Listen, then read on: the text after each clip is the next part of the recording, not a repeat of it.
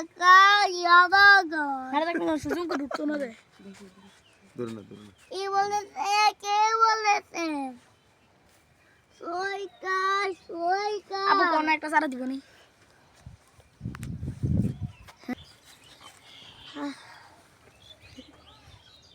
আসসালামু আলাইকুম ওয়া রাহমাতুল্লাহি ওয়া বারাকাতুহু।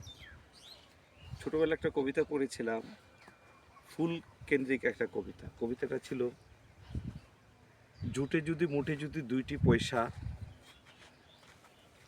অন্য কিনেও 1টি পয়সা দিয়ে তুমি অন্য কিনো,